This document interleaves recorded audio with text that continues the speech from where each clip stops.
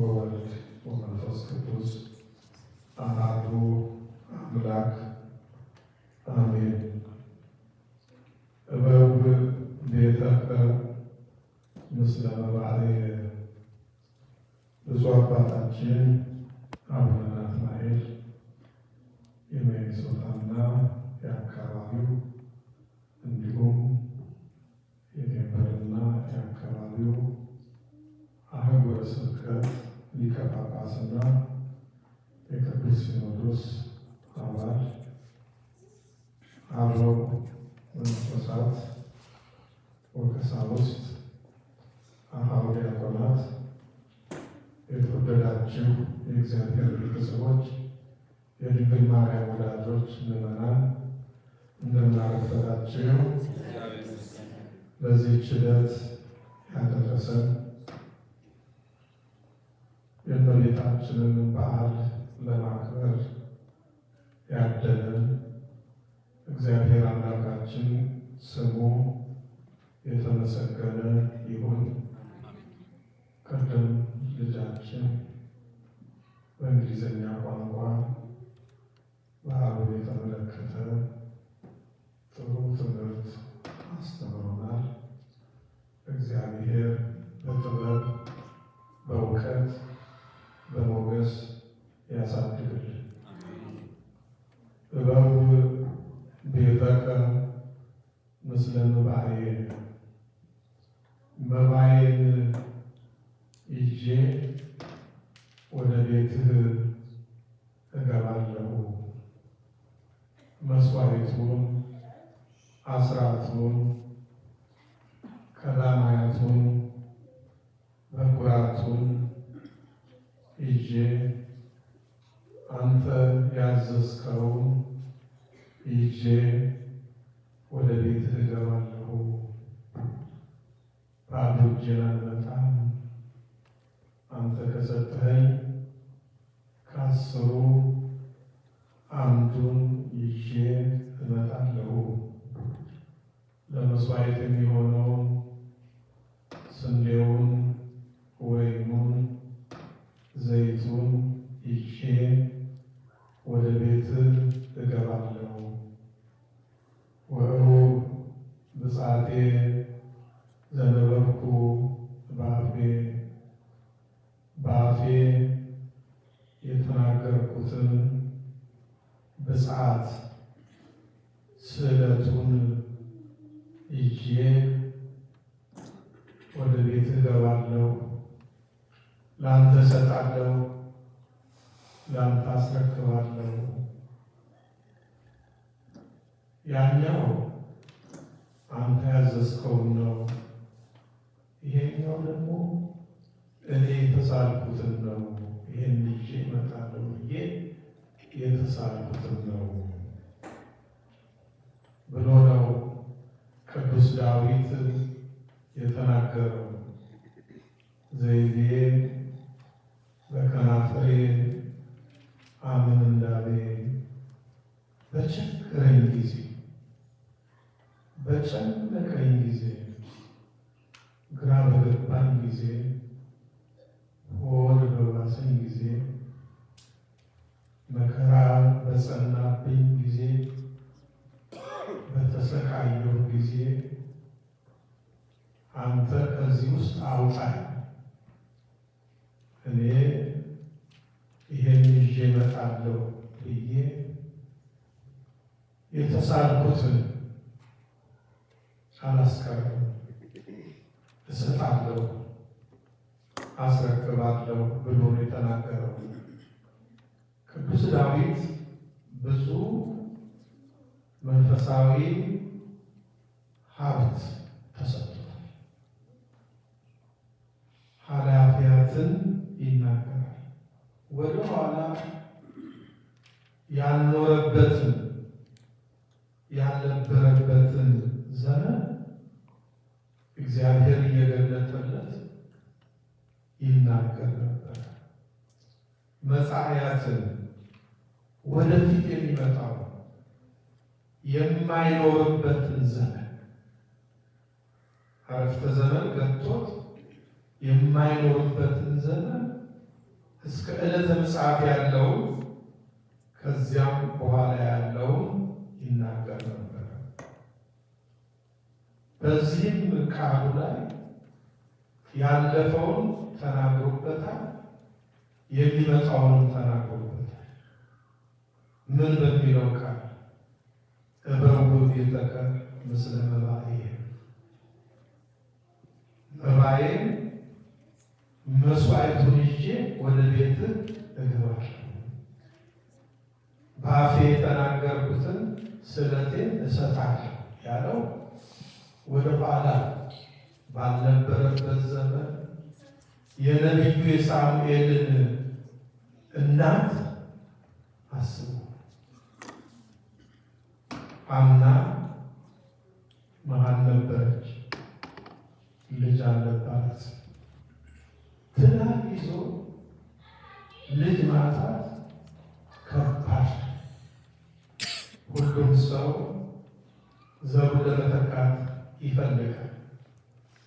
ከትዳር ሶስት ዋና ዓላማዎች አንዱ ዘር መተካት፣ ልጅ መተካት ነው። ልጅ የእግዚአብሔር ስጦታ፣ የእግዚአብሔር ጸጋ ነው። ቅዱስ ዳዊት እንደተናገረ ልጅ አልነበራት። እርሷ መሀን ስለነበረች ባሏ ሕልቃና ደግሞ መውለድ ይችላል። ለምን በኔ ምክንያት ያለ ልጅ ይቀራል? ለምን በኔ ምክንያት ዘሩ ሳይተካ ይቀራል? ብላ ለአካሏ ለሥጋዋ አሰበች። ትዳር እንዲህ ነው። መተሳሰብ፣ መከባበር። ምታደርገው ብታጣ እኔ ማህፀን የሚደርቅ አንተ ለምን ትቸገራለህ? ከሰራተኛዬ ከገረዴ ዘር ተካ ብላ ገረዷን ሰጠች። ከእሷ ደጋግሞ ልጅ ወለደ። ይህን ካህን ፍቅሩ አልተለወጠባት። የወለደችልን ይቺ ናት፣ ወደ እሷ ላትላ አላለ። ገረዲቱ ግን ችግር ፈጠረች። እመቤቷን ናቀቻት። ጌታዬ ዘር የተካው ከኔ ነው እንጂ ከእሷ አይደለም። እኔ ነኝ እመቤት፣ እኔ ነኝ የቤቱ ንግሥት ብላ አልታዘዛለች። አዋረደቻት፣ አንጀቷን አሳረፈቻት። ልክ እንደኛ የሚስቶቻችንን አንጀት እርፍ እንደምናደርገው ሚስቶችን የባሎቻችሁን አንጀት እርፍ እንደምታደርጉት ልጆች የወላጆቻቸውን አንጀት እርፍ እንደሚያደርጉት ይህ እውነት ነው፣ እውነት ነው። በየቤታችን ያለ ዓለም እንዲህ ነው።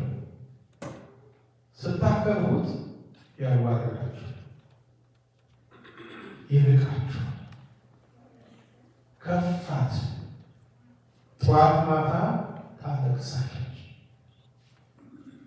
ፊቷን ጠቆረ። እንጀራ አልበላም ውሃ አልጠጣም ብላ ጠወለገች፣ ከሳች፣ ከሰውነት ጎዳና ወጣች። ባለቤቷ ያባብላል ያባብላል። እህቴ፣ እመቤቴ፣ እናቴ ገረዲቱ ከወለደቻቸው ልጆች እኔ አልበልጥብሽ? እኔ እኮ ፍቅሬ አልተለወጠም ቢላት አልጽናናለች። አንዳንድ ችግር ሰው ከሚያጽናናው በላይ አባት የማያጽናናው፣ እናት የማታጽናናው፣ ወንድም እህት የማያጽናናው፣ ካህን የማያጽናናው ፈተና አንዳንድ ጊዜ እንባል ምን አደረገች? ወደ ቤተ መቅደስ ሄደች። ብቻዋን ሆና አለቀሰች። ድምጿ አይሰማም። ታነበንባለች። እንባዋ እየገነፈለ ይወርዳል። ትኩስ እንባ ፊቷን እያቃጠለ ዝም ብሎ ይወርዳል። ሊቀ ካህናቱ ደግሞ እያያት ነበር። ይህቺ ሴት ጸሎቷ ማለቂያ የለው። ምን ሆነ? አይ የወይን ጠጅ ጠጥታ ሰክራ ይሆናል። እንግዲህ ብዙ ሰካራ እምባባል ሲሰክር የዛሬ 40 ዓመት የሞተች እናቱ ትዝ ብሎት ያለቅሳል። እና እንደዛ መሰለው መጥቶ ከፊቷ ሲቆም አታየው። እሷ እያየች ያለው ማንን ነው? እግዚአብሔር። ስትጸልዩ እግዚአብሔርን በፊታችሁ አቁሙ። ድንግል ማርያምን ከፊታችሁ አቁሙ። ቅዱሳንን ከፊታችሁ አቁሙ። ዓይናችሁን ከዓለም ላይ እሱ በተመስጦ ጸልዩ። በከፊለ ልብ አይደለም፣ በሁለት ሀሳብ አይደለም፣ በባከነ ልብ አይደለም። እንዲህ ስብስብ ባለ ሕሊና መጸለይ ያስፈልጋል። እንዳለ አንቺ ሴት ሲላት መለሰች፣ የወይን ጠጅ ስካርሽ የማይለቅሽ እስከ መቼ ነው? እናንተ ብትሆኑ እኛ ቤተክርስቲያናት እኔ ጨንቆኝ ሳለቅስ ቄሱ ሰካራም አለኝ እኮ ብለን ቤተክርስቲያን እርግፍ አድርገን ነው የምንቀረው። እሷ አለች የወይን ጠጅ ጠጥቼ አይደለም አልሰከርኩም፣ ግን ችግር ነው ያሰከረኝ። ችግር ነው ያሰከረኝ ብላ ችግሯን ጉድለቷን ለካህኑ ነገረችው። ካህኑ ጸለየላት። ልመናሽን እግዚአብሔር ይቀበልሽ፣ ጸሎትሽን ይስማሽ። እግዚአብሔር ልጅ ይሰጠን መልሼ ለእግዚአብሔር እሰጠዋለሁ ብላ ተሳለች። በዓመቱ ወንድ ልጅ ወለደች፣ ነቢይ ወለደች፣ ቅዱስ ወለደች፣ ጻድቅ ወለደች፣ የእግዚአብሔር አገልጋይ ወለደች። ሳሙኤል አለችው ስሙን። እግዚአብሔርን ለምኜ አግኝቼዋለሁ። ባሏ ሊያጽናናት አልቻለም። እግዚአብሔር ግን አጽናናት። ያንን ልጅ ወስዳ ለቤተ መቅደስ ለሊቀ ካህናቱ አስረከበች። ይህንን ነው እንግዲህ ቅዱስ ዳዊት እበው ቤተከ ምስለ መባልየ ወእሩብ ብፅዓቴ ዘነበብኩ በአፉዬ። ከንፈሮቼ አሰምተው የተናገርኩትን ስእለቴን ይዤ ወደ ቤት እገባለሁ እንዳለ ሐና ጿፍ ይዛ አይደለም፣ ጿፍ ይዛ አይደለም፣ ጿፍ አይደለም የተሳለችው፣ ዕጣን አይደለም የተሳለችው፣ ገንዘብ አይደለም የተሳለችው፣ ወርቅ ብር አይደለም የተሳለችው፣ ልጅ ያህል አስረክባ ወደ ቤት አልጨነቃትም። ለማን? ለእግዚአብሔር ስለሰጠችው። ልጆቻችንን ለእግዚአብሔር እንስጣቸው። ልጆቻችንን ለእግዚአብሔር ካልሰጠን ሰይጣን ይነጥቀናል፣ ሰይጣን ይወስድብናል።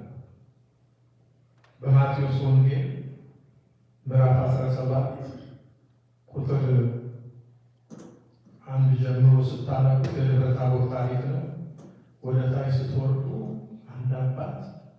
ልጁን ሰይጣን እሳት ውስጥ ይጥልበታል፣ ባህር ውስጥ ይጥልበታል፣ አረፋ ያስደፍቀዋል፣ ያንገባግበዋል።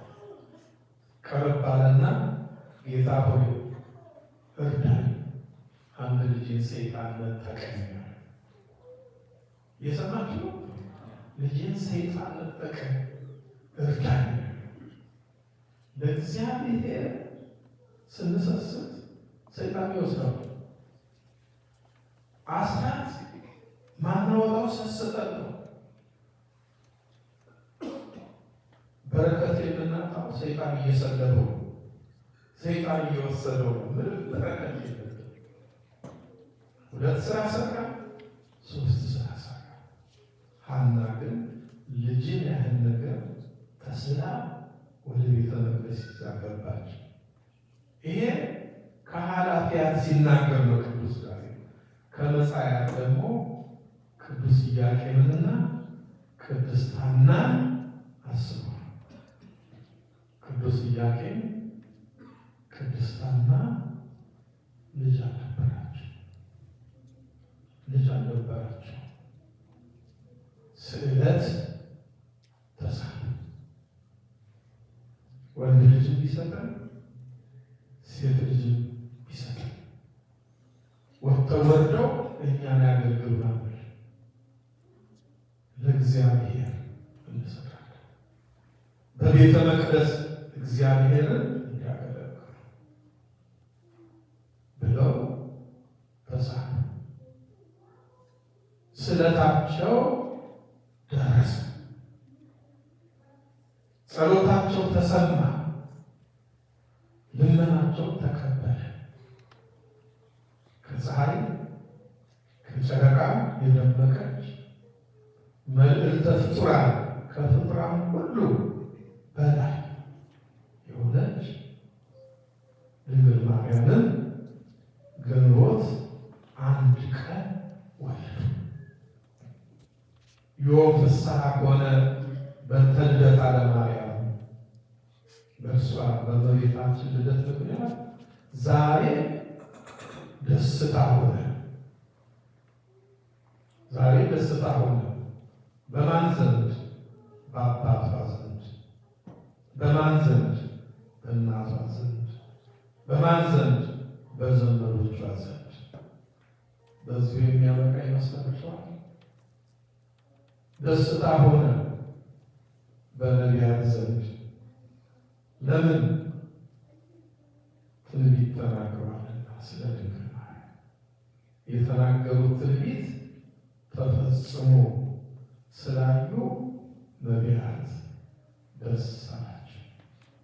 በዚህ ያበቃል? አይበቃም። በአብ ዘንድ ደስታ ሆነ።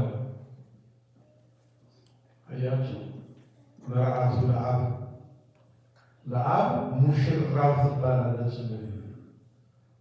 እና ሙሽራው ድንግል ማርያም ስለተወለደች አብ ደስ አለው።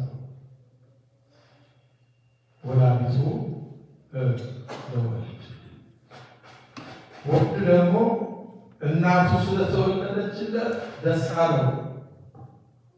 ለመንፈስ ቅዱስ ቤቱ፣ መንፈስ ቅዱስ ደግሞ ንጽሕት አዳራሹ ስለተወለደችለት ደስ አለው። ለመሆኑ ቅዱስ ኢያቄም ቅድስት ሐና ስለታቸውን ረሱ? አረሱ። የ3 ዓመት ልጅ በሆነች ጊዜ አባ እማ እያለች አፏን ገና ከመፍታቷ ተነጋግረው ባልና ሚስት ሁለቱም ቅዱሳን ናቸውና ሁለቱም ጻድቃን ናቸውና እንዳንድ ልብ መካሪ እንዳንድ ቃል ተናጋሪ ሆነው ስለታቸውን ይዘው ወደ ቤተ መቅደስ ሊቀ ካህናቱ ዘካርያስ ጨነቀው። ይቺ የመሰለች ልጅ ተቀብዬ የት አኖራታለሁ? ምን አበላታለሁ? ምን አጠጣታለሁ? ምን አለብሳታለሁ ብሎ ሰውኛውን ተጨነቀ። በዚህ ጊዜ ቅዱስ ፋኑኤል ህብስት ሰማያዊ ጽዋ ሰማያዊ ይዞ ወረደ። አንድ ክንፉን አንጥፎላት አንድ ክንፉ ጋርዷት ህብስት ሰማያዊ ጽዋ ሰማያዊ መገባት። የመብልና የመጠጧ ነገር ከተያዘ ብሎ ወደ ቤተ መቅደስ አስገባት። እመቤታችን ወደ ቤተ መቅደስ ብትገባ እርሷ ራሷ ቤተ መቅደስ ናት። በቤተ መቅደስ ተቋም አይቶታል። ተቋም ወርቅ። እመቤታችን ራሷ ተቋም ወርቅ ናት። በቤተ መቅደስ ማዕጠንተ ወርቅ አለ። እመቤታችን ራሷ ማዕጠንተ ወርቅ ናት። ሁሉም ናት። እመቤታችን ቅድስት ድንግል ማርያም። እንግዲህ ታኅሳስ 3 በዓታ ብለን የምናከብረው ለዚህ ነው። ይህንን ስትሰማ እኛስ እመቤታችንን ከልባችን ተቀብለናት በእውነት በውስጣችን አለች? በውስጣችን እየኖረች ነው? ለመሆኑ ምን አነጠፍንላት?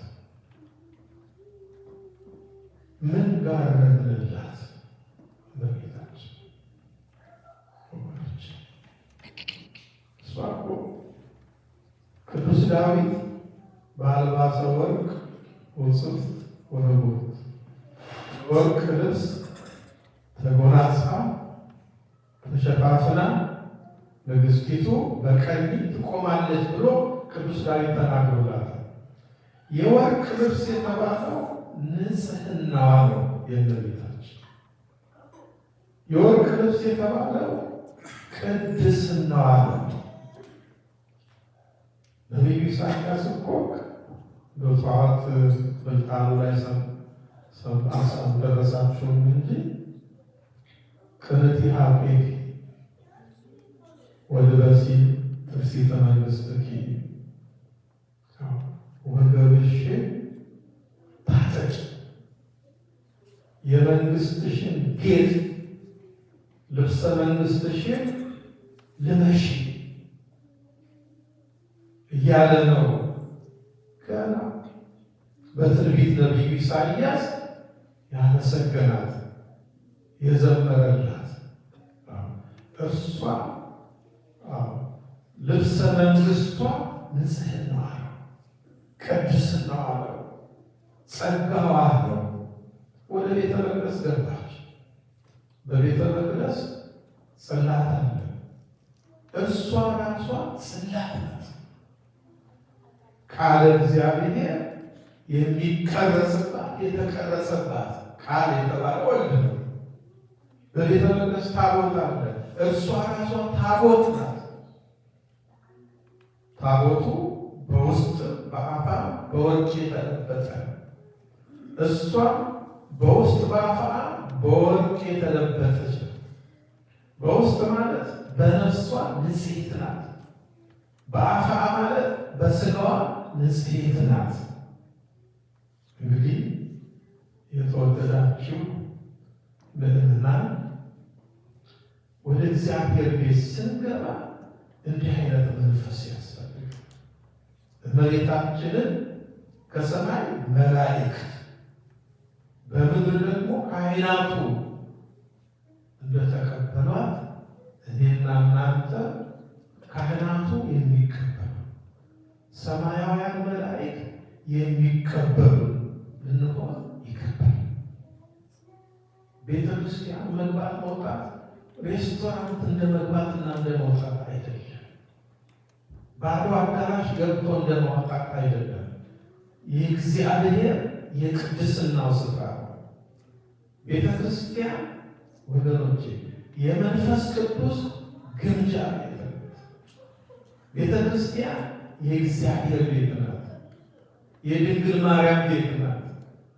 የሰማያውያንና የምድራውያን ቅዱሳን ቤት ናት።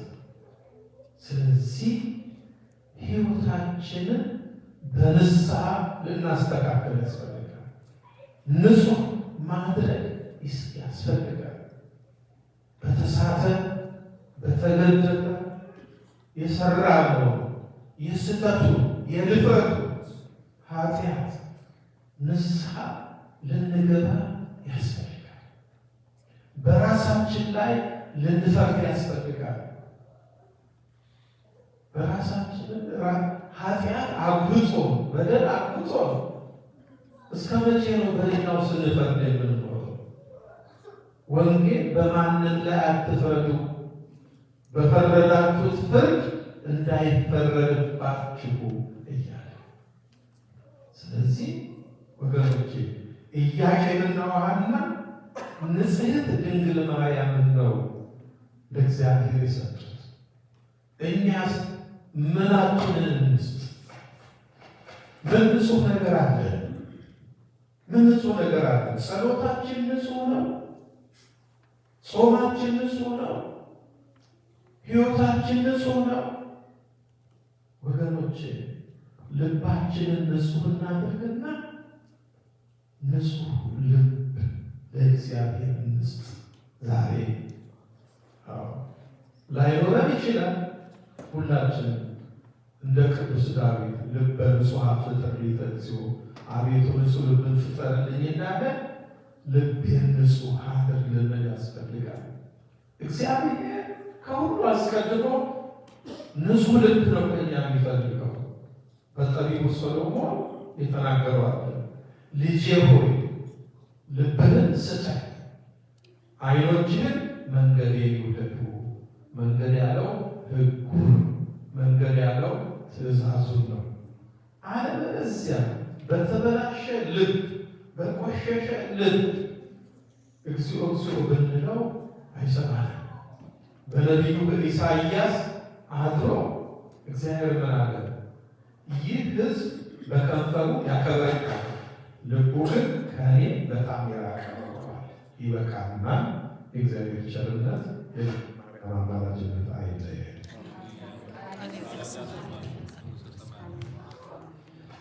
ቃለ ሕይወት ያሰማልን፣ ቃለ ሕይወት ያሰማልን።